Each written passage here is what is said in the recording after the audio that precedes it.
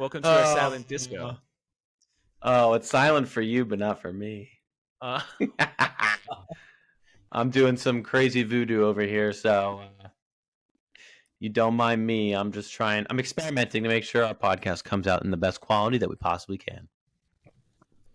And we appreciate that, Tyler. Sponsored by Red Bull. Not really, but it should be. Listen up.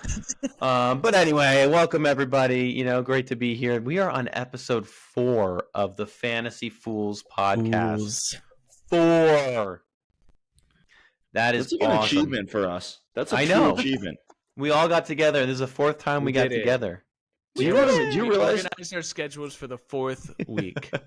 Do you realize that means we've been able to actually focus on something for a month? It's football. It's not the hardest thing to focus on. Come on. They still doubted us. Pretty much watching football every weekend. So yeah. But anyway, so for anyone listening, really appreciate your support. Keep on listening. Keep on subscribing. Check us out if you want to watch the video. If you're listening on Spotify at Fantasy Foolz Pod. That's Fools with a Z. And for those of us listening on YouTube, make sure you check us out on Spotify. We are the Fantasy Foolz Podcast. Check us out.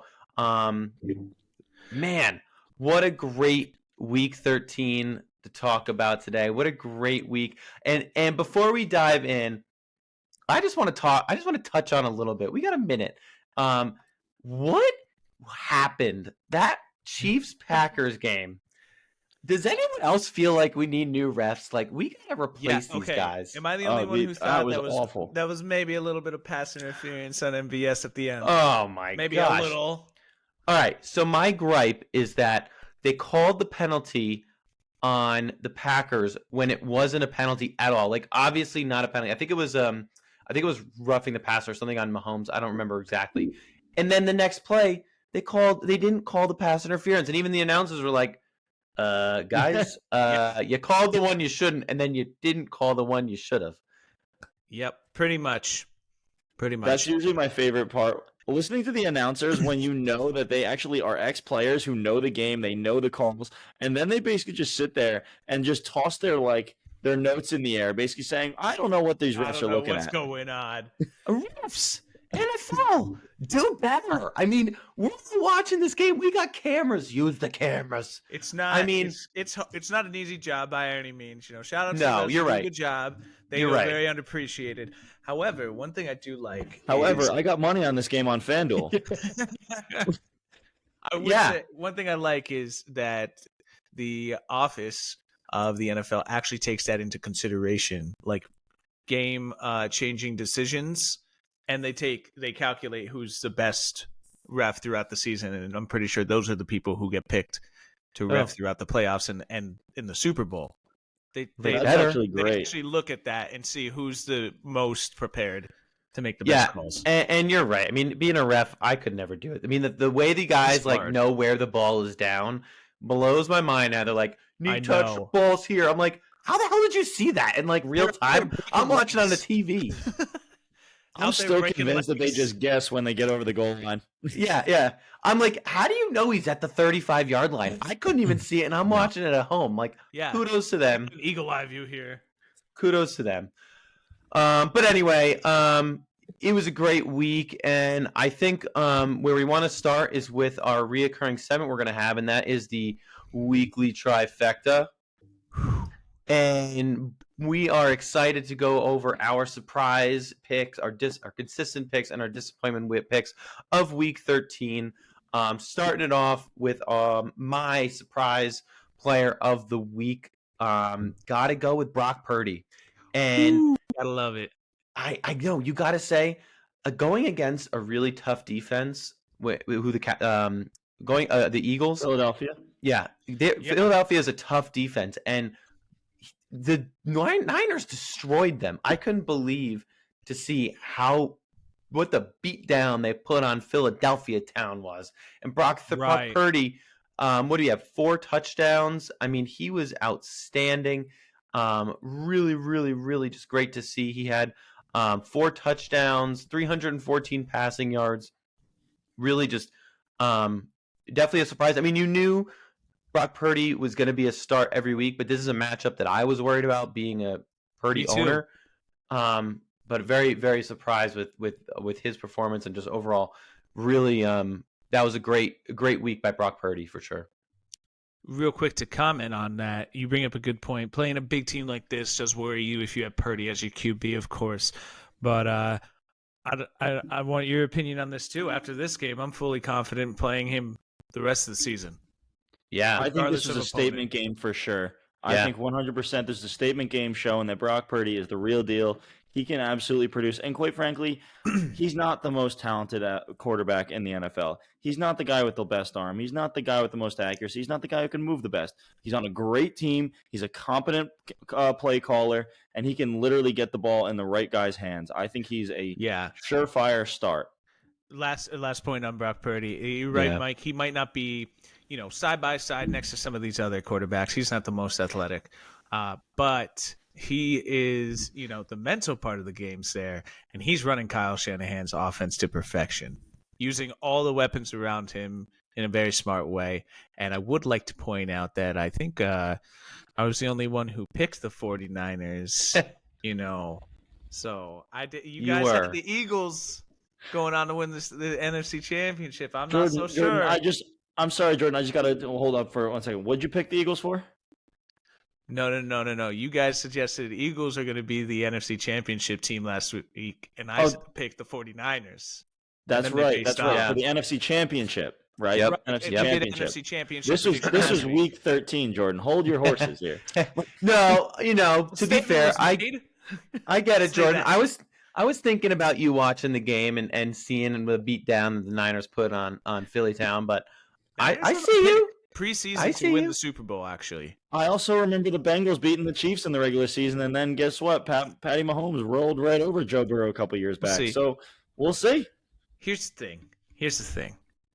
Look how well they did against the Eagles when Brock Purdy's arm is healthy.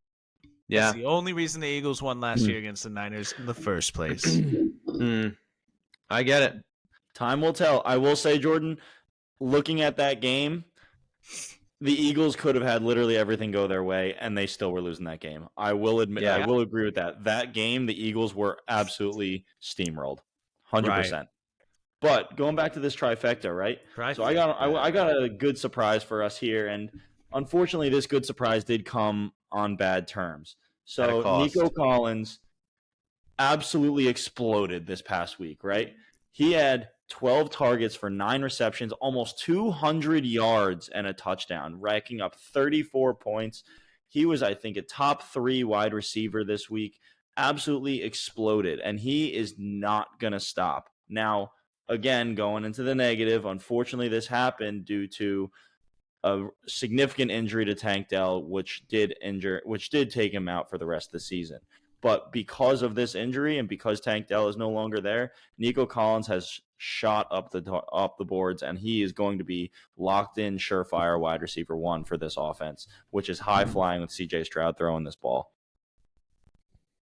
Yeah, I agree. That's a good point. Without Tank Dell, sometimes you see, especially the younger receivers, get a little overwhelmed because now there's not that person distracting the defense as much, and maybe Nico Collins could have gotten double teamed some, but he's still holding up, still getting targets. Yeah. No, Nico had a performance, and we talked about it last week. Is it going to be Dell? Is it going to be Noah Brown? Is it going to be Nico Collins? And Nico Collins was the one who ran away with it, and he was the one who took advantage of that offense and of CJ Stroud. And honestly, against the defense, the Titans are not a good passing defense, and they took advantage of it just with one guy. Absolutely, man. Okay, so my surprise of the week is DK Metcalf, who on our podcast we talked about a little bit last week on whether we would start. And to be fair, I wouldn't blame anyone who didn't start him, but I think we were all surprised for him to have his best week of the season, especially against the number 4 fantasy defense. So, I did not expect him to. He was number 1 wide receiver of the week, put up 34.4 points, I believe, in most formats, or half PPR, I should say. So he was my surprise. I think it's not only a lack from him, but there's just a lackluster Seahawks offense this season. Geno's not the Geno he was last season, but he sure put up numbers against the Cowboys. Yeah, and we talked about it last week. I thought Geno was going to get destroyed by this Cowboy defense, Me and too. I didn't think. We talked about it. Lockett, DK, Jackson Smith and Jigba, Jack Charbonnet. We weren't really confident in any of them. We really wouldn't start them. Charbonnet's another one who performed. Yeah, and it's against a good defense. Yeah, I think maybe DK had a little bit of an awakening. Maybe that whole offense did. And moving forward, we can be much more trustworthy of playing them. I think it is a sign of things to come because you don't go against a defense that good, put up numbers, and not find a way to continue that. See, I don't know. This will come up later in the podcast, but I don't have a lot of these guys plays again this week against another good defense. You're not convincing me to bench DK Metcalf this week. Listen, I mean, I'm just saying, I don't know if this is a great performance from DK. He had a hell of a run. I think he had one catch alone was 70 plus yards out of his what? He had a total of 134. So he did. He had a great performance, but take that one run away, and he drops his 134 down to in the 60s on 5 receptions. Granted, He had 2 more touchdowns. Not taking that away. I don't know. He had a good performance, but I think it might be window dressing.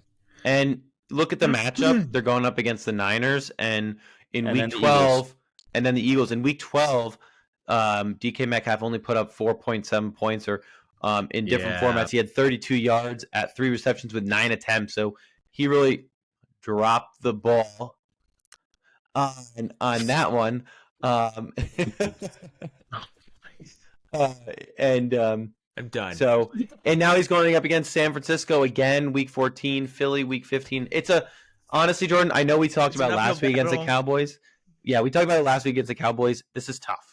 It's tough. Jordan, I understand, and I'm sure that you're going to play him this time, but I still hold my opinion the same. Okay. We'll see. Time will tell. But moving on, we go into the consistent category.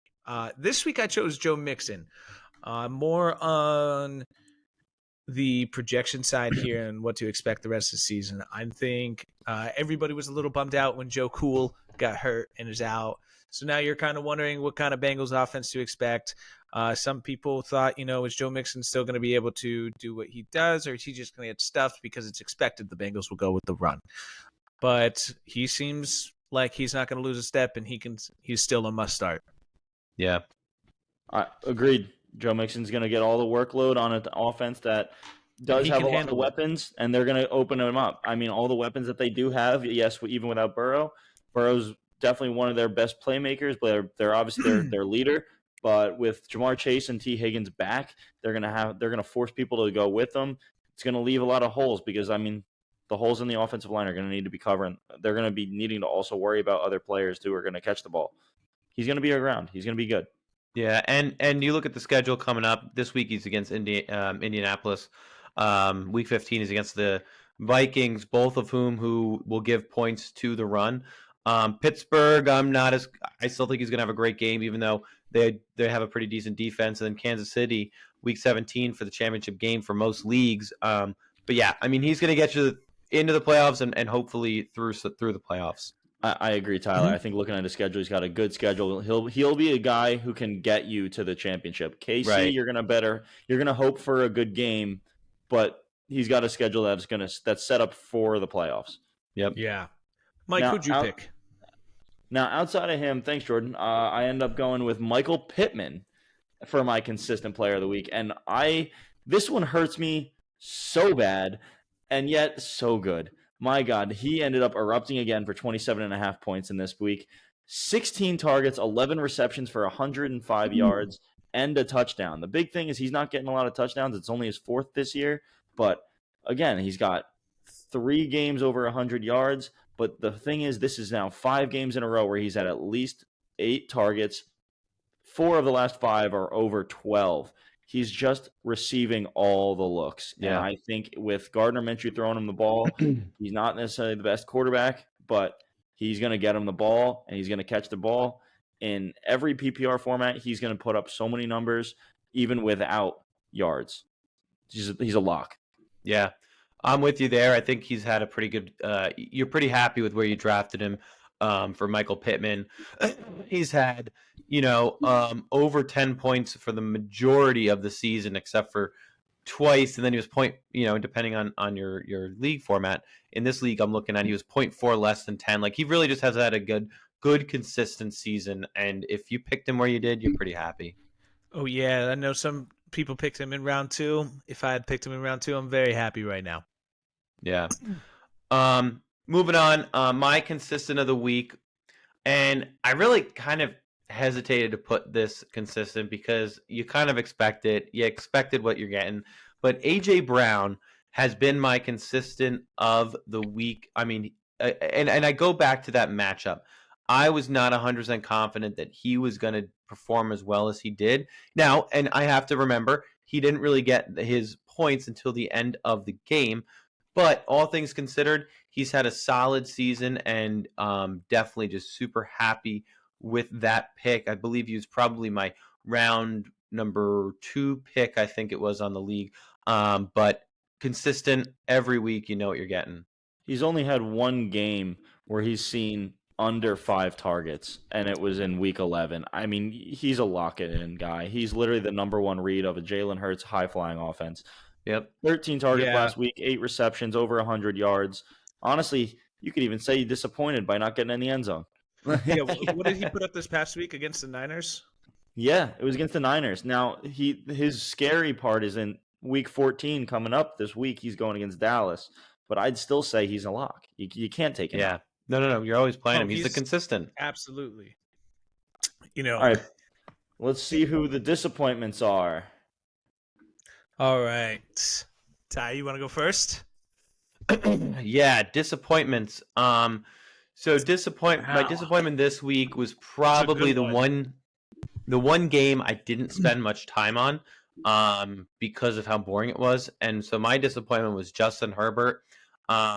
Really not happy with his performance, and you're going to hear more about him a little bit later in the show. But I really wanted more, especially against a terrible Patriots team. I thought the Chargers were going to eat them alive. Patriots don't have the worst defense, don't get me wrong, but not the performance that I expected from him. I expected much higher. Me too. Didn't get it, and really, I was itching for more from Justin Herbert, and just did not get it. Unfortunately, it was like that for the entire Chargers offense. I mean, it was the worst game, probably the worst game I think I've ever seen. A 6-0 game. So bad. When you have an over/under already touchdowns, close to low 30s, and you get a third of that. There were a few people who actually bet there were not going to be touchdowns in that game, and it was like plus 1,100 odds. And those people are geniuses. Genius. Why does this game end so bad? It was Justin Herbert. Bad. Disappointing. Bad week. I drafted you for where I drafted you. You're number 4 in most leagues in quarterbacks. Come on, man. Do you want to know how? Do you know how bad it was? That game was as bad as my disappointment of the week. Terry McLaurin. How about him? He's a wide receiver 1 of an offense that's supporting a top 5 fantasy quarterback in Sam Howell, and somehow he ends up with only 3 targets for 0 receptions, 0 points. Not like he got carries, not like he got anything else. He couldn't even get a punt return and go for a touchdown for me to get 6. Couldn't get anything. Can you imagine? A wide receiver 1. This is a guy who's been played by everybody. He was wide receiver 29 on the season, which is disappointing for a guy who's in that spot for that high-flying offense. But, I mean, 0 points. Big goose egg. Yep. I think he's been a disappointment. He's more of a consistent disappointment throughout the season. He just isn't what people were hoping for. I think Sam Howell was also supposed to be an upgrade too. And I think Sam Howell is an upgrade. Don't get me wrong. My issue comes from they're spreading the ball all over the place, and it's not helping them. or it's not helping you fantasy wise. It's helping them a little bit because Sam Howell is actually doing really well. But the yeah, guy who's getting it the most is their tight end, Logan Thomas. He's probably their number one guy who's getting all the passes. Yep. Right. I think McLaurin's a little underutilized, but moving on to my disappointment of the week, I'm actually choosing someone from the Chargers offense as well. So sticking with your train of thought here, Tyler, I'm picking Austin Eckler. So not even just this past week. I mean, New England, sure. Bill Belichick is the coach. They're always going to put up a decent defense. But he put up 3.7 points on, 14 carries? Yeah. He got 18 yards on 14 carries. So and then the 2 weeks before that, he had 6.9 and 6 points. Right now, if I picked him in my first round or my second round, I'm probably still going to start him because of how high I picked him. But I'm nervous playing him in the playoffs. Yeah. I am too. He has not. That's another one. Has not been performing, and it's worrisome because you picked him so high up. I do worry too. Sorry, I do worry that it's a contract year. He's worried about getting hurt with all the offseason drama this past season. He just isn't being Austin Eckler. The thing is, he's a 28-year-old running back, and I'm just worried that this is him now. I mean, this is the age where they all just start to lose their productivity. They lose their burst. They lose their jump. And I just think this is what happens. I don't understand why he's not getting more in the passing game because he's always been such a good passing guy. Maybe his ankle's still hurt. Maybe he never actually fully recovered from his ankle earlier this season. And playing on it all the time doesn't help. Now, are we worried about his upcoming schedule? Week 14, he's playing against Denver. 15 against the Raiders, which I'm not worried about. But 16 and 17, those championship weeks. 16 is going up against Buffalo, and 17 is going up against Denver, which not as worried about championship game, but he's got Buffalo week 16. Denver's not a terrible run defense either. Tyler, we'll get a little bit of an inside scoop there because they are playing Denver this week, so you kind of maybe get a feel of what 17 is going to look like in terms of at least how they're going to utilize him. Right. Unfortunately, I think Eckler is one of those guys you drafted too high, and he has too much of a name and he has too much of a reputation to potentially give you that 30-point week. If you drafted him, you have to play him and you have to ride it high. Yep. I agree. I agree. Well, surprises. Well, thank you everyone for joining us for the Week 13 trifecta. That is surprise, consistence, and disappointments. Appreciate coming in here and talking about Week 13's different things. Week 13. Now we're going into some honorable mentions. Mike, kick us off with some Week 13 highlights. Yeah, no, I'll just run through a couple quick things that also happened throughout the week since we can't touch up on everything. We all kind of talked and we thought that these were good of notes. So someone else you didn't expect or you absolutely expected to blow up, and he did. Tyreek Hill exploded for Miami. So he's just always going to be someone you throw in there. King Henry finally got back in there, and he's back on his high horse. 21 touches, 102 yards, and 2 touchdowns. He put up like 25 points. What's that about old running backs, Mike? Hey. King Henry. A broken clock is right twice a day, Jordan. I know because I got 2 of them. Puka Nacua and Cooper Kupp. I just want to say this for the Rams. I think they have a dynamic top 1, top 2. I do think Cooper Kupp has officially been kind of taken over as wide receiver 1, so I wanted to point that out here. Nacua is looking like the real deal, and I think he's taken over 1B. Huh? More of a 1A, 1B situation. I actually think I'm going to disagree with you and say Puka's number 1, Kupp's number 2. I really think that Kupp is just looking a little bit different, and it's I think it's Nakua's offense now. Going to the running back position, Pacheco has looked on fire. Kansas City's found a real gem with that school. What school? Rutgers. That's my alma mater. So there we go. Rutgers finally producing somebody since Ray Rice. Thank God we got somebody who's worth a while again.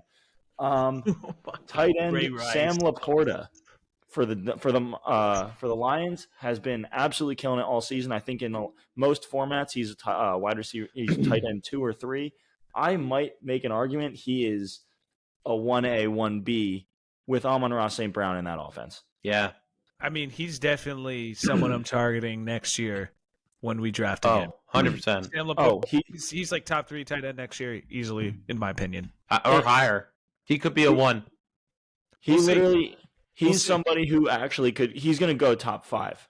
Absolutely, yeah, he's going to go top 5 tight end next season, and he deserves to. But you know what? I will say this. I think the tight end position is going to be very interesting next year because the past 3-4 years, you've had a very clear-cut top 2, top 3, and that's really it.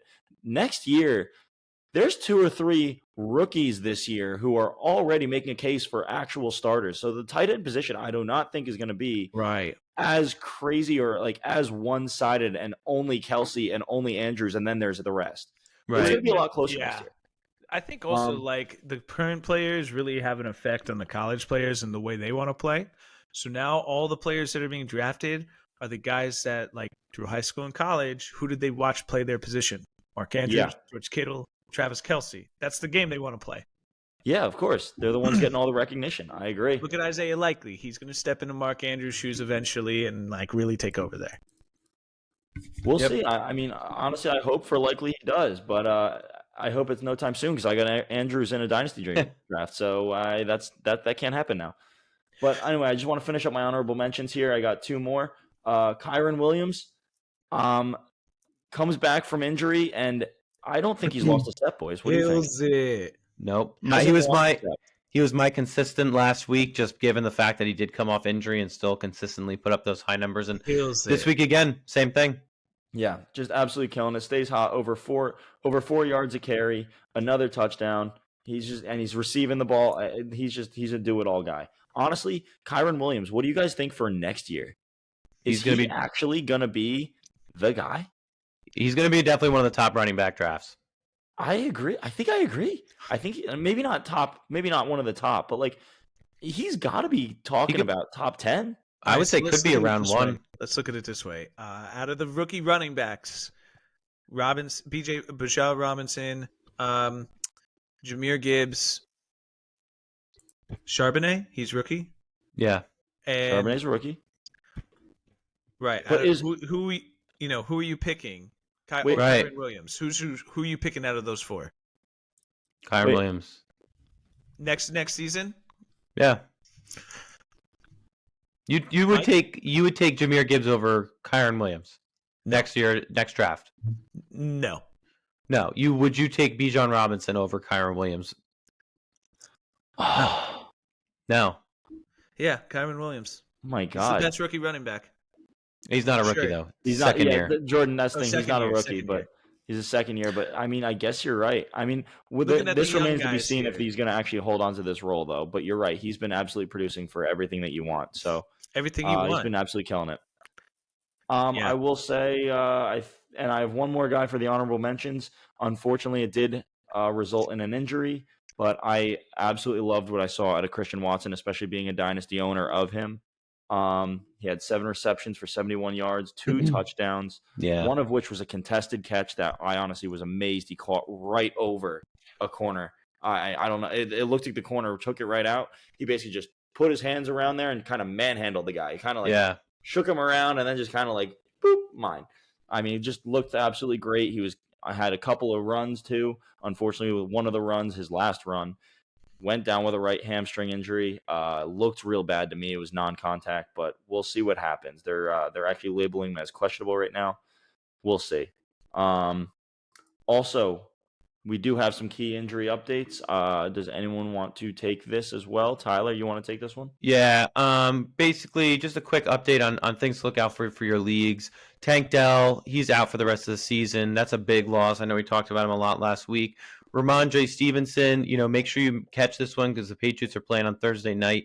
He is out and expected to miss multiple weeks. Derek Carr, not really sure. Probably going to play, but I don't really think he's someone you're going to start in fantasy anyway, but just someone to keep the pulse on the trigger because if Carr's in, your wide receivers might have a smaller performance versus if Jameson Winston's in, your wide receivers are going to have a good performance. Brian Robinson of the Commanders is out on bye, but he does have a hamstring injury, something to keep your eye on. Zach Charbonnet dealing with significant bone bruise, so be on the lookout for them if you start him. Amari Cooper is out and could be out for Sunday's game. DeAndre Swift did practice on Wednesday, but was out for a little bit. Same with CJ Stroud. Christian Watson, Mike mentioned him already. Keep your eye on him. Derrick Henry, definitely someone to keep on your radar. He's got a pretty decent matchup this week, but he is out and with a possible concussion, so he is questionable. Christian Kirk did have a groin injury, and he's expected to be out for what I believe is to be the remainder of the season. So that's going to be a hard void to fill. Trevor Lawrence is a big one to keep your eye on. I think a lot of people picked him up after his last 2 weeks' performances, so now you're going to put him right back onto the waiver wires for those redraft leagues and dynasties and keepers. You're going to keep him just to see where you want to end those seasons off at. And Puka Nacua, again, keep your finger on the pulse. Did have a shoulder injury. Definitely someone to be out on the lookout for those Sunday matchups. But all right, now what we really want is Week 14 preview. So here we're going to dive through every game of the week, starting with Thursday, going all the way through our doubleheader on Monday. So we're going to start off with the Steelers versus Patriots. From the Steelers side, you're really playing Harris and Warren. I still think they're both plays because one is going to get more work. I have seen it's been trending that Harris has been taking a lot more of the workload with the new offense that they're putting together. Some to be aware of with Warren, especially as we're going off into those playoff games and playoff contention games. Definitely be on the lookout. From the Patriots side, guys, Ramondre Stevenson out. Do you start Zeke? Do you start Zeke? I don't think I'm starting anyone on Patriots. Don't do it. Unless you have a terrible flex situation, don't even consider it. If you are really looking for a play, Zeke is available, but that's literally all you can do. What you're talking about, Demario Douglas is out. You're talking about you got Bailey Zappi. Who else is going to be there? Yeah, I mean, there's no one I think of note that I would want to play in this matchup. I think it's going to be too low scoring. It's going to be a low scoring game, to be honest. Yeah. With you. Yeah. So Patriots, we're not starting anyone. Maybe Zeke. Obviously we're all dealing with a lot of injuries. The only teams out on bye this week are the Commanders and the Cardinals, so not too much loss there from the running back side. So I would say in the deeper leagues where you're kind of desperate, Zeke is going to take the load, but not going to do anything. Texans, Jets. Texans side is actually a game I don't think I'm going to mind watching. CJ Stroud. Game. Yeah, I like watching the Texans play. CJ Stroud, you're going to start CJ Stroud. He has been just such a high performer. Mike, you already talked about Nico Collins after his last performance and with Tank Dell out. We're starting Nico. Nico Collins is a lock. I mean, there's no question about it. He's actually, I would put him as a locked in wide receiver one with CJ Stroud throwing the ball. And I'm actually saying that against the Jets. Right. I mean, the Jets are a great pass defense, but I still think that Nico Collins is going to be that guy. But big question in this matchup, because the Jets do have a pretty good defense. Pierce or Singletary? Are we playing him? Pierce got more yards last week, but Singletary still had the higher snap percentage. I still think I'm not playing either one if they're both healthy. If I'm playing anyone, potentially Singletary in the flex. Yep. Is that true? Yeah. I do not lie, Statman. I too am skilled in the ways of stats. Yeah, okay. I can see that you started taking my my app. That's why. I think Singletary is the lock if you are going to play a Houston defense, but Houston running back. But I think I'm with Jordan. I wouldn't really want to touch him here. I think there's better options for you this week. Yeah, what were you saying? No, go ahead. Oh, I was just saying on the Jets side, you're starting Breece Hall still, especially against this Texans defense. You're starting Garrett Wilson. I would maybe start the defense. The Texans have been a high-scoring offense, so be a little hesitant there because it is a high-scoring matchup. But I expect an interception or two out of this game. I do too, actually. I think, head coach of the Jets, wasn't he defensive coordinator for a little while for the 49ers before he was that, so we're looking at a defensive, roots head coach here going against a rookie quarterback who is playing amazing football, especially for a rookie quarterback. However, he's still a rookie. They're going to make mistakes. Yeah. So I'm with you, Tyler. I think we can expect maybe an interception or two against a really good offense like this, or a really good defense like this. See, I think the Jets are going to be shutting them down. Tyler, I'm not going to lie, I'm wavering a little bit on my opinion of Nico Collins the more I think about it. I do think he's still a play. I don't think he's a locked-in wide receiver one against this Jets defense because they're going to keep it low scoring. And because there's not much of a ground game for the Texans, they're still going to throw the ball. I do think they might end up getting a pick, even against C.J. Stroud, who seems to be allergic to those. But I think the defense might actually be the only play on the Jets side this week. Yeah. No, I would still play Breece Hall and Garrett Wilson. But me too. That being said, who's not a rookie quarterback who is rumor is that he's starting this week. Zach Wilson is back, and to every Jets fan's dismay, get him out. Drama queen and was like, I don't want to be the starting QB anymore. Thing is, that's not even rumor. That's confirmed. No, I know. Get him out. Fire him. Can you fire a football player? Fire him. Can we just so quickly? If you're like, no, I don't want to start. Get the fuck out of this building. Get the fuck out of this building. Are you kidding me, Zach Wilson?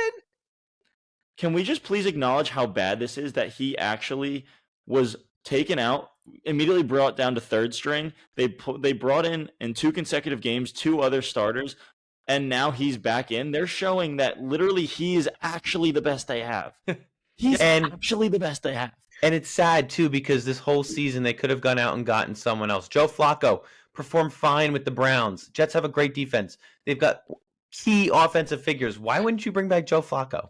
I'm actually wondering, and obviously this is something that none of the three of us are going to know, but I'm actually wondering if the fact that they wanted more money because they knew what position the Jets were in, they knew that they with any competent quarterback, they could have went the whole way. And if everybody was saying, no, you guys need me more than I need you. Well, who I would have loved to see come out of retirement? Tom Brady. Matt Ryan. RG3. Oh, jeez. I would have loved to see some RG3 action in New York. I'd rather see Tom Brady. I would have loved to see. I was thinking you were along the lines of like Andrew Luck, but okay. Andrew Luck would have been another good one, but there were options. He reached out to Cleveland and told them, "Listen, if you guys need a QB, I'll come try out." They had options. Freaking Flacco. But so that's the Texans Jets games. Rams Ravens. I think this is going to be another good game. We're seeing the Rams pick up some steam, and this is a really important match for them going into that playoff contention and wild card spot, which they are currently in the wild card spot, but very, very close standings. It's close. The Rams, very close. The Rams side, you're going to start Kyron Williams. We talked about him. Even though you're going against a tough Ravens defense, I'm going to say you're going to start him along with Nakua. Kupp. I think I'm still going to play Kupp because he did have that one touchdown that saved him in Week 13. I think he's still one of those guys that you're going to say, hey, do I have a better option? But, he's starting to show he's got a good floor, or at least an average floor. So I think on my end, he's still a start. I agree. Cooper Kupp is still a start because of exactly what you said. He doesn't look the same. You are a little disappointed and nervous when you play him, but you're right. This past week, he was definitely saved by that touchdown. Without that touchdown, he's probably in PPR formats. He's somewhere in the realm of like 8 points. Yeah. Ravens side, you are playing Lamar Jackson. I would say you're playing the defense because they're a top defense. Oh yeah. One of the things I want to point out is you're starting Justin Tucker because he's the best kicker. No one can defend that. But are we starting Zay Flowers or OBJ? Are we starting those two against this susceptible Rams defense? Or Isaiah Likely. I personally would be saying I just don't trust him. It depends on where you are, right? If you are in a position in your league where you are not in the playoffs and you need a win, and you know you're going against somebody who's higher than you in the standings, and you need somebody who's going to really have an opportunity to boom, then yeah, I would play Zay Flowers. I would play maybe a OBJ, because those are the guys who literally they can go off and they can get you 20 points and not get you that floor, that maybe floor of 11 points. You need Right. someone who's going to boom. I would play one of them and give it a shot. Yep. Yeah, I think with Zay Flowers and OBJ, for the whole Ravens offense, it's really the rest of your roster. Depends on who else you could play. Yeah, but they're not bad flex options. Okay, moving on to the next game, though, for this coming up week. We got Panthers versus Saints. All right. So, first team, we got Panthers there. I think for another week in a row, we're calling it no one there needs to be started.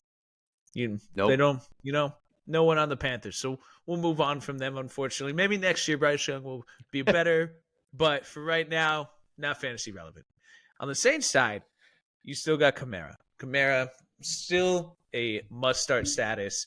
Olave, I think he's 18th in wide receiver. So if you picked him as wide receiver 2, he's putting up good numbers. I would start those two along with Taysom. Mike, what do you think? Yeah, I think Taysom is another one of those picks to where he's not a lock-it-in tight end for me. I will agree. I'm sorry, I will say that. He's one of those guys to where it's like he's going to be – he can get you 2 points. He could also get you 20. Like he's got a high ceiling. Yeah. He's kind of nerve-wracking for me a little bit on that one. But, I mean, Chris Olave, totally agree. You're playing him. Alvin Kamara, I mean, he's – whether people know this or not, he's literally the running back 4 on the season. I mean, he's been absolutely killing it. He gets all the receptions. Really? He's honestly their number 1 wide receiver. Man. Yeah. Wow. But I also, one thing to remember is this is a really good matchup. So be on the lookout for other Saints wide receivers or tight ends because people are putting up numbers against the Panthers. There's no other wide receivers to play. Like, who are you going to play? Shaheed?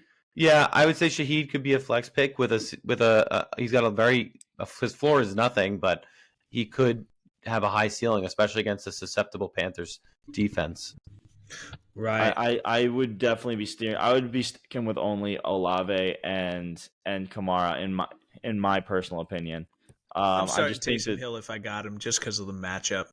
Yeah. That's fair. That is fair. Next game on the docket, we got Colts versus Bengals. All right, for the first team, we got the Colts. All right, starting Moss. He did well when Jonathan Taylor was not in at the beginning of the season. I think that's going to continue. If you got him, it was good on you for stashing him away, holding on to him. Definitely start him. Pittman, as Mike pointed out, absolute stud. Then, Minshew and Downs maybe in deeper leagues. And on the other side, we got a couple other consistent players, Chase and Mixon, who are still cooking even though Joe Cool is injured. Tyler, how you feeling about this game? Yeah, I'm with you. I think, you're going to start what we mentioned. I don't think, I know we talked about it last week and the week before, but I don't think, Jamar Chase and T. Higgins are a bad play this week. I like Browning, their quarterback filling in for Joe. I think he's actually doing pretty well, especially against the Jaguars, which is his Week 13 matchup. I don't think he's a bad backup quarterback. So I think the wide receivers who we had hesitations the past 2 weeks, I think I'm feeling a little better about playing them. Me too. Mike, you feeling better about playing Mixon and Chase? Maybe Higgins too? I like Chase. I like Higgins, especially after watching Browning. Again, just after watching Browning, he really could play. I know I kind of liked little flashes of the first game. That second game was awesome. He had over 350 passing yards. Yep. He looked good. And I do think that the Colts are going to end up giving up a good amount of yardage. I think that everyone on your typical play, your typical starters for the Cincinnati, they're going to be throws too. But what about Higgins? Yeah, I play Higgins. You'd play Higgins? Mm-hmm. The other question is this week. I think I'm starting Indianapolis's defense if I got them. Indy defense. What do you guys think? No, Top 10 right now. No, not against Cincinnati. Really? There's too many weapons. I think even with the QB change, you still think there's too many weapons there? I do. They just beat. Okay. They just beat. Who did they just beat last week? The Titans. You know what? The Titans don't have a great defense, but they do have a good. King Henry also put up some good numbers. Yeah, I don't know. Earlier, so I don't think I'm not as bullish on that one. Wait, I just want to get a little bit of help here on Zach Moss. Where are we rating Zach Moss in this next week? We're starting him. Is he a start? Is he a start? But like, where is he a start? I mean, would you guys view him as like a top 6 guy? Or are you view him as a running back 2? High RB2. High RB2. So you're thinking like 12? He's going to be RB1. He's performed in his past weeks. Points. I mean, he started to slow down when Jonathan Taylor came back. I think Zach Moss is your RB1. You're starting him no matter what roster he's on. I mean, he's going to put up numbers. Okay. We'll see. Who would you play? Would you play him or would you play Aaron Jones? Zach Moss. Okay. Him or Bijan Robinson? Who depends who Atlanta's playing. Falcons are playing Carolina. Who are they playing? Falcons are playing Tampa Bay. Yeah, Tampa Bay. Yeah, I might take this. No, I would take Zach Moss. Take Zach Moss over Bijan. Okay. Yeah.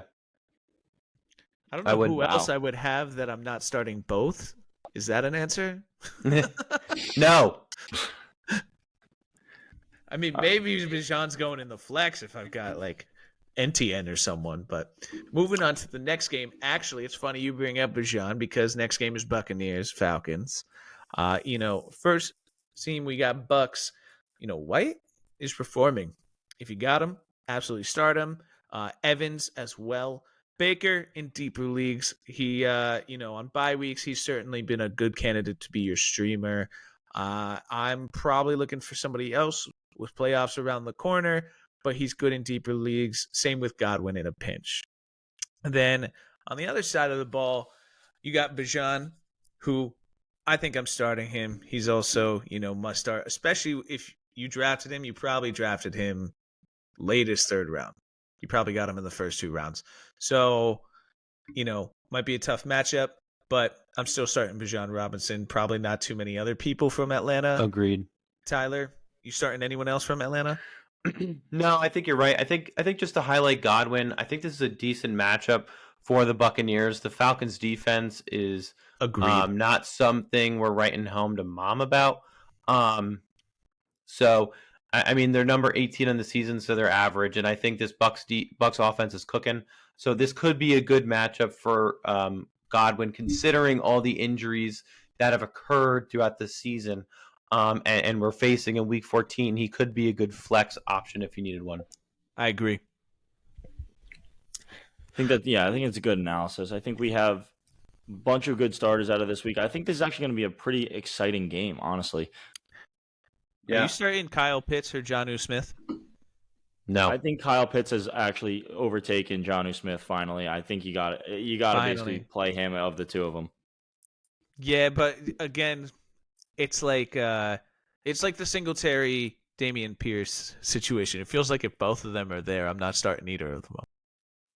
I'm not comfortable starting either of them. I agree. I'll agree. You don't want to. God, my internet just crapped out for a second. I'm sorry, guys.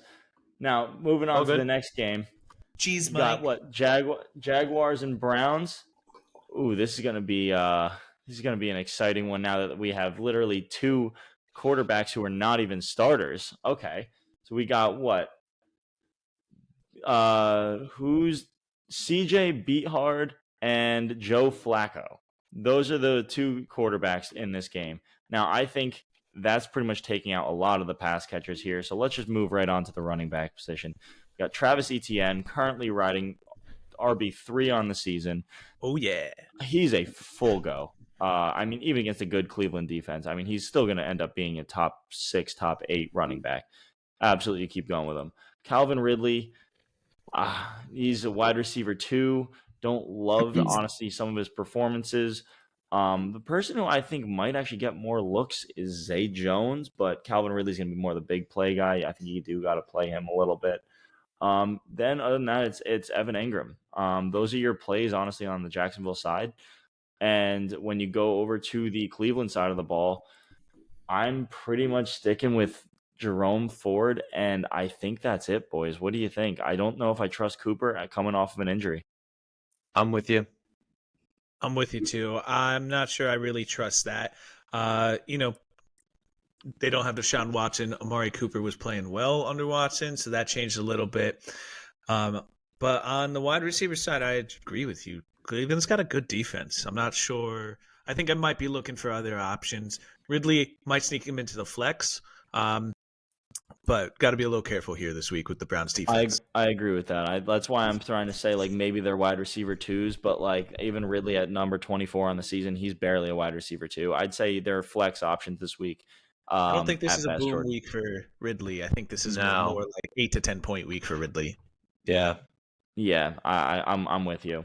But next game would be Lions Bears. I think this. There you go. Couldn't resist. I know you couldn't. I know you too well. No, but moving on to the actual game and not following the Yellow Brick Road, we got Jared Goff here, who's basically throwing the ball. I think he's actually low-key putting up a starting season. I mean, he's number 12 quarterback on the season. I do think that number's only going to keep going up because, I mean, I think he had a little bit of a funk. He had a little bit of a funk in the middle of the season, but he's kind of coming into it. On the running backs, Jahmyr Gibbs and David Montgomery, I mean, if you have either of them, you're playing them. Yeah. I don't know why. I'm going to start them. I don't know why around their bye week earlier this season, I ended up dropping David Montgomery. I have no idea what I was thinking. I remember that. I remember back when I was stupid. Fantasy fool. Yes, I was fantasy fool number 1. So I dropped him, and good old Tyler picked him up. Thank God he still can't make it to the playoffs. Yeah.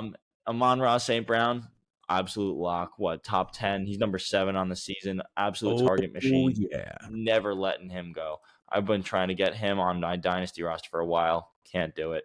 Outside of that, Sam Laporta is, again, just surefire lock. But anyone else on the Detroit side, guys? No, you hit him right there on the head, I believe. Yeah, so basically all Lions receivers who are basically your typicals. I mean, top 5 guys all go. You go to the Chicago side. I am not feeling quite as confident in Justin Fields this week, but what do you think of Justin Fields? Well, you look at their last matchup, and Fields did put up numbers. So I would start Fields. I'd look for DJ Moore. I'd start him. Cole Kmet, heavily used by Fields. I wouldn't be afraid to start him, especially because the tight end position is a little bit tighter. But one of the things I do not know, and what I'm kind of leaning towards no one is the running back core. They're running the 3-man running back core with Johnson, Herbert, Foreman.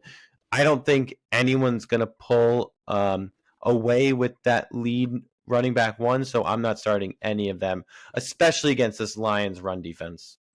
I agree with that. So yeah, sum that up pretty well. What about Cole Kmet though? I think it depends on what your options. He's tight end 7 on the season. He's actually quietly putting up a really good season. He's a play.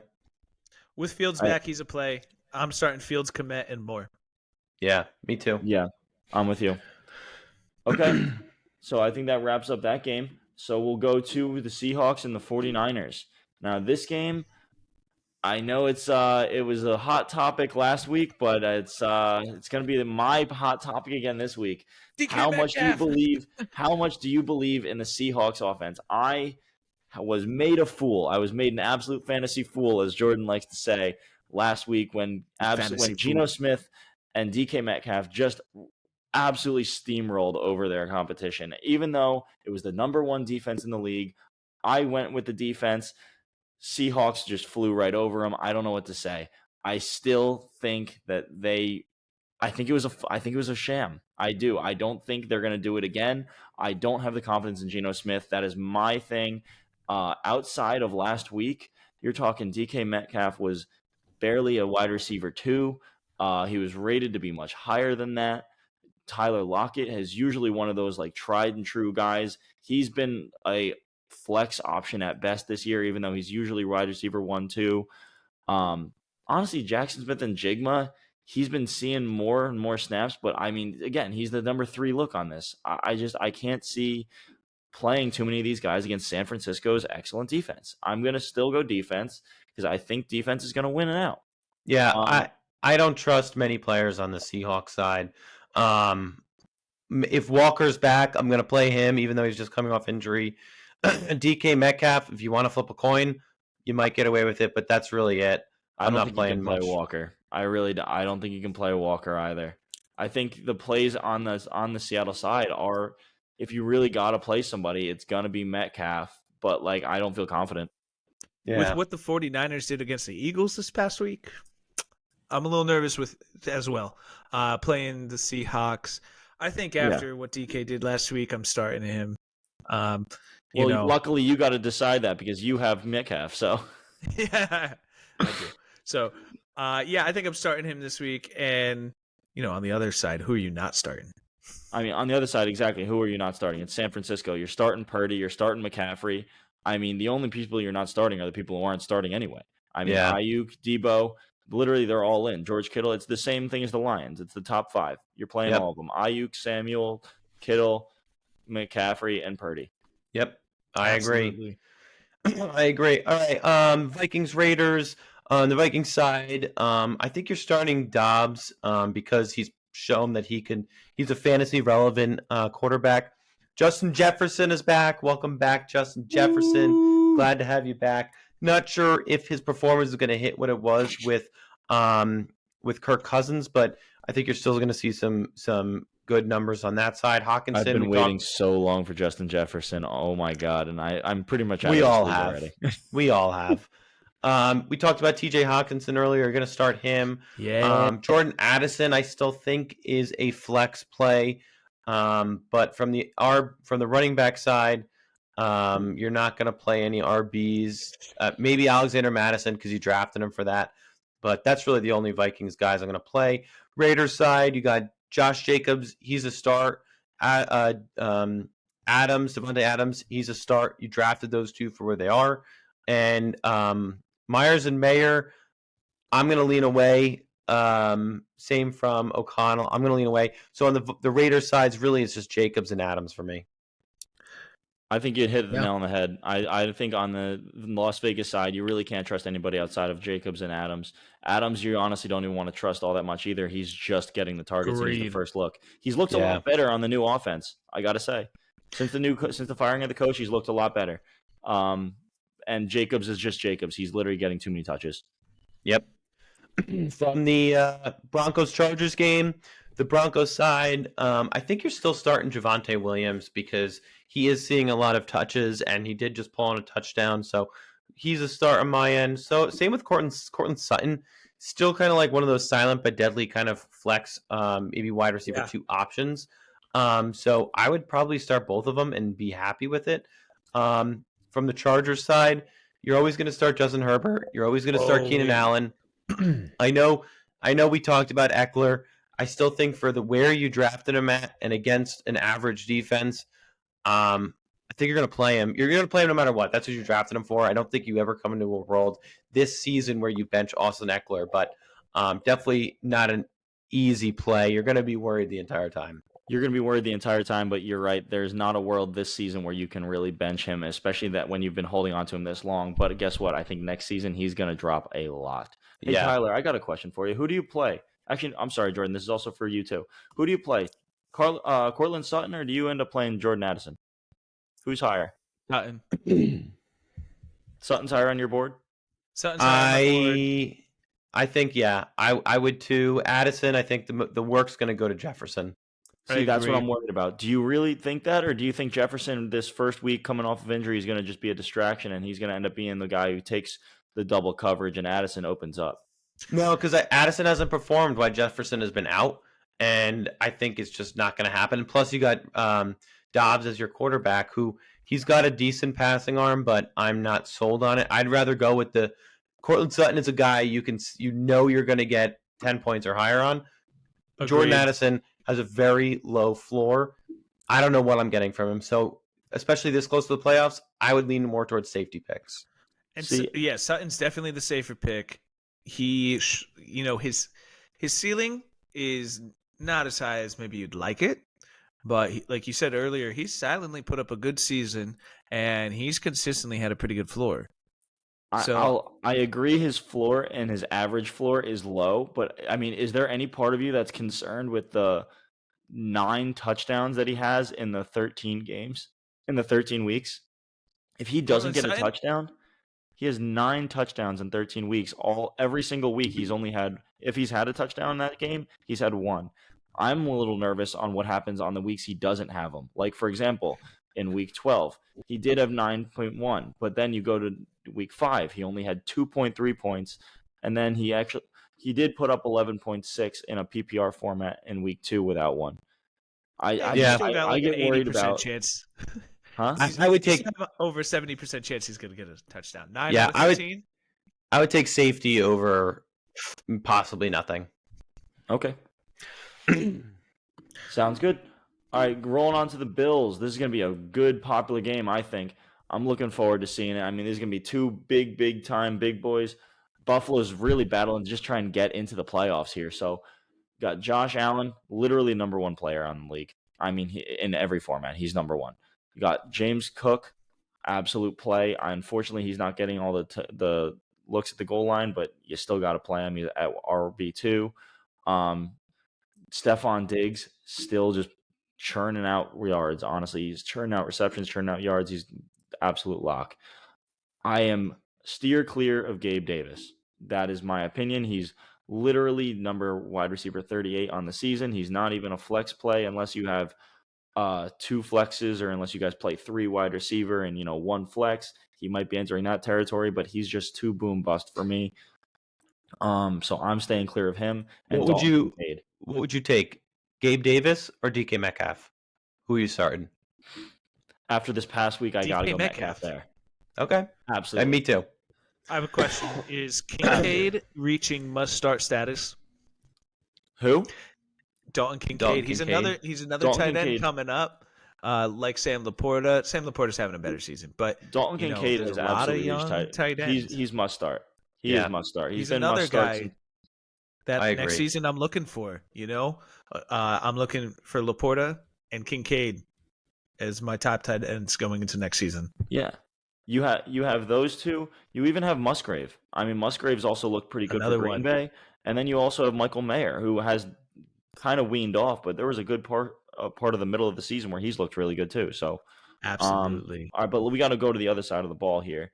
The other side of the ball, we got Kansas City, and I got to say, of Kansas City, this is not the Kansas City of old. This is a Kansas City team that's led by their defense. Pat Mahomes, you drafted him in the first round, maybe the second round. You are honestly not happy with it. I think the only people you play out of the Kansas City side, you have to play Mahomes. You're definitely playing Pacheco. I mean, Pacheco's been absolutely on fire. He's a top 12 running back, in my opinion. And now he's going against the Buffalo Bills, who kind of have let up the run, and you're playing Kelsey. Everyone else, I'm steering clear. What do you think? Yeah, I agree. Mahomes. I agree. Pacheco, Kelsey. That's the only ones I'm starting.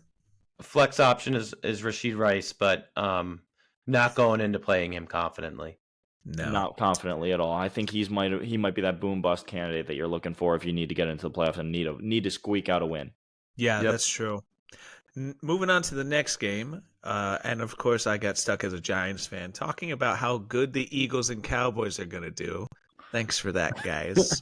So the Eagles, I think we all know who we were starting from there. Eagles, you're starting their wide receivers, of course, A.J. Brown, Devonta Smith. Hurts, you don't even need to ask. You're starting him. Goddard as well. Now, the only ones that I'm questioning really are Swift and Gainwell, and it's kind of like a mixed bag of tricks. I'm not sure what I'm going to get. Right. The first especially against this Cowboys defense. Yeah. I don't think Well, I mean, I wouldn't be surprised if DK Metcalf ends up having the best performance against the Cowboys defense by a single player from the Yeah. season, because like that Cowboys defense is no joke. Then, you know, on the other side, you've got all of Dallas's offense: CeeDee Lamb, Tony Pollard, Dak Prescott. Pretty much in this game, I expect a high octane offense on both sides of the ball. Anyone on offense, I'm starting. Are you guys starting either defense if you No. got them? No. Not a chance. I would not want to. I mean, they're two good defenses again, but I mean, you're looking at how did that work out last time when when it was Yeah. Dallas and Eagles? Even with how No. well the 49ers played last week, I don't think the Cowboys are the 49ers. Nope. I don't think they're going to put up the same kind of game that the 49ers did last week. But anyone on offense, if you got them, start them. I would agree. All right, so then we're going to go into another fun game here. I'm sure Jordan wanted to get this one, but honestly, I really, really am happy that I get this game. Let's go. Green Bay, New York Giants. Now, Green Bay's looked really on fire lately. I think Jordan Love's actually been playing some pretty good ball the past few weeks. Really, really crappy start to the season, but I think he's been playing pretty well. So he's a play for me actually against the Giants here. Aaron Jones coming off the ankle injury. I believe it's an ankle injury. Knee. I'm sorry. I don't think I would be looking to play him. I would want to see what he looks like. I think he's going to be limited. They've already proven that they've limited him in the past. Looking into the passing game, Christian Watson, another guy who was injured. We already talked about him earlier. I don't think he's going to play, but right now he is questionable. Person I would be looking to play is Jaden Reed. Jaden Reed, I think, is going to be Jaden Reed and Romeo Doubs. I think both of them are going to be highly, highly effective. I think they're going to be thrown to a lot by Jordan Love. I think they're going to expose a little bit of the lackluster Giants defense. If Watson's out, for sure starting Dobbs. Absolutely. If on the Giants side of the ball, honestly, look up and down the lineup, and all I see are Barkley. Let's go. Barkley is all you're playing. Tommy DeVito. No. Barkley is all you're playing here. Tommy DeVito, you can be excited about, but he just does not have what it's going to take. I'm not starting in fantasy. I would, yeah. Guess what? I would love to meet him in the Dunkin' Donuts and get his autograph too, but I'm not getting his autograph on my roster. That's not happening. Just someone to keep an eye out though. Last game, I should say, Jalen Hyatt. His numbers have been going up. His snap count's been going up, and he hit 100 yards for the first time in his career, 6 targets, 5 receptions. He might be their. They drafted him in the third round. They traded up to get him. They're excited about this kid, and he's their wide receiver of the future. We'll see if they keep that going. Yeah, I think that's a sign of things to come as well, Mike. On the next game, last game of Week 14, we got the Titans versus the Dolphins. I think we all know who the prediction is for the team to win this. The Dolphins are probably going to crush the Titans, but for the Titans, I'm still my starting fantasy roster. pretty much on the Titans. I'm starting King Henry. That might be it. Will Levis had his moment, in the spotlight where he threw 4 touchdowns in 1 week after the Titans had thrown 3 in the entire season. But I don't think that's a sign of things to come. We've obviously seen more since then. I'm not starting him. Only one on that side of the ball, starting King Henry. Then it's kind of the opposite for the Dolphins, starting everybody. Who did you not start? Who do you not start? Okay, you're starting everybody. The whole crew. You got Hill, Waddle, HN, Mostert, Tua. You're starting them all. And then that's pretty. Who do you not start? I'm literally thinking, I thought the most people you could start on a roster in one team in fantasy could realistically be 5 players, but there might be 6 on this roster who I would actually consider playing. I mean, you're talking who's honestly RB1? Is it HN or is it Mostert? HN. You think so? I don't know. It's an AB situation, not a 1-2 situation, I think. It's an AB situation for sure. I mean, you got HN who's literally just so little, so explosive. HN has literally missed 7 games this season. He's still running back 27 on the season. Yeah. I mean, if he plays, he gets 20 points. That's just what he is. It's insane. So I think you play everybody. Yeah. Man, moving on to the last segment. Last segment. So I think this was Tyler's idea, right? Yeah, it was. So for our last segment of the episode, we are going to go over our season drafted thankful and regretful picks. Someone that we are thankful we drafted and someone that we regret drafting. I'm going to kick it off with my thankful pick. It's definitely Justin Herbert. Even though he had a bad performance against the Patriots last week. Disappointment of the week as well. Yeah, he's just been, except for last week, he's been keeping my team alive. I mean, he's number 4. I believe he's top 5 quarterback on the season. He's been that white knight kind of keeping me competitive. So he is the person that I am glad I drafted where I drafted him. I think that's a great pick. I will say somebody who I'm grateful where I drafted him. This guy goes, and he fell all the way to the 11th round. Not only did he fall to the 11th round out of a 10-team league, loves to toot his own horn. Myself, and that would be Raheem Mostert. That's right, the RB2 on the season. I heard that he was literally going to be a starter for the Dolphins because they had nobody else, nobody going into it. I was like, this guy, circled him on my lineup chart, and guess what? I nailed him in the 11th round, which was awesome. Absolutely killing it all season. Love what he's done when he's been playing back in San Francisco. However, he just had health concerns. Luckily, he's been able to stay healthy this season. He's been an absolute been on a tear this season. Man, and moving on to my thankful draft pick of the season, TJ Hawkinson. So I actually went into the season looking at the last 6 games of last season. Hawkinson was, I think, top 3 almost like every week as a tight end. So I did predict that he was going to be top 3 again this season. Right now, he's number 1, and I'm happy the value I got him at because everyone was going for Andrews and Kelsey. Yep. Great pickup. Now, my regretful pick, womp womp. I had 2 thoughts here. I really wanted to say Nick Chubb, but I can't blame the guy for getting injured in the 3rd game. So my real disappointment pick was Cam Akers, someone who I drafted pretty high, really expected a higher performance and higher outcome from him. Got sidelined by Kyron Williams. He got traded to the Vikings and then tore his other ACL. I mean, this is a guy that I believe I took in the 5th or 6th round, and he was a high value pick. I expected a lot. Not happy with it overall. So Cam Akers is my regretful pick. Good pick. I think that's definitely a regretful pick nonetheless. But I got one that's really hurts me because it goes back to pretty much a top round pick. Pat Mahomes. Now, again, you're not upset if you have Pat Mahomes as far as where he finishes. He still finishes every single time as a QB top 12. So he's going to be a start. However, when I drafted him instead of getting a Stephon Diggs, when I drafted him instead of getting you could go the entire 2nd round. You can literally mention anybody. Joe Mixon. You can mention getting T. Higgins. T. Higgins also stunk this season, but you know what I'm saying. You're using a premium pick for a guy who literally you're expecting to be head over heels better than every other QB, and he has not lived up to that hype.